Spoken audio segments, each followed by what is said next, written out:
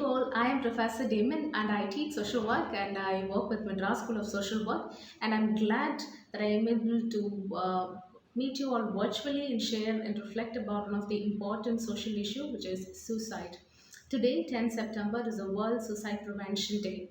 And the main purpose of this day is to raise awareness that suicide is preventable.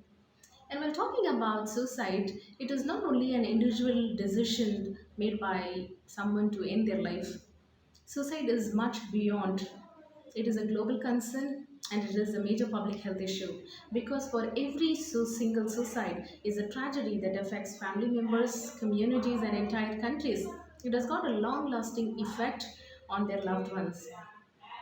And when we look at these statistics, every year we lose 8 lakh people globally for the suicide. And for every suicide, there are many more people who attempt suicide every year. And in fact, statistics says that 79% of these people who attempt suicide or commit suicide belong to the lower and the middle income groups, especially belongs to the countries of lower and middle income countries, and which suicide occurs with or across different lifespan, but the vulnerable section of the adolescent group, because in 2016 statistics says that the second leading cause for people between 15 years and 19 years is suicide. So it's the second leading cause, suicide. And when we talk about suicide prevention, a lot of the research suggests that there are three different ways that suicide can be prevented.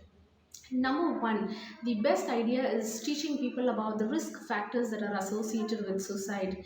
Number two, the warning signs, the visible warning signs that are associated with suicide. Number three, teaching or raising awareness about the myth and the fact associated with suicide. In this video, as a mental health professional, I strongly believe that it's very important to understand the myth and the fact related to suicide.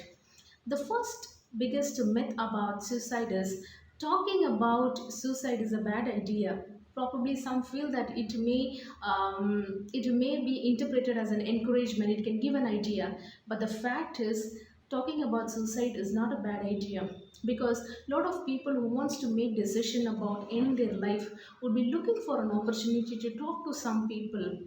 Probably they want to share their story. In fact, it gives a platform for them to rethink the decision as well. So talking about suicide is not a bad idea. Number two myth about suicide is someone who is suicidal is determined to die. In fact, this is very contrary. People who are suicidal are very confused about two things, living and dying. So, which means there is no standard decision that they wanted to make about dying. In fact, I would say that the outcome of suicidal by itself is because of the unrest, confusion. So, it's a confusion, it's a decision made out of confusion. Number three, third myth about suicide is people who talk about suicide do not mean about it.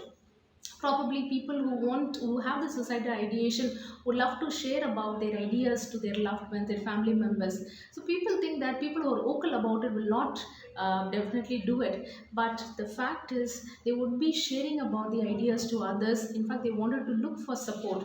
So when we people are vocal about the suicidal ideation, let's not take that as a joke.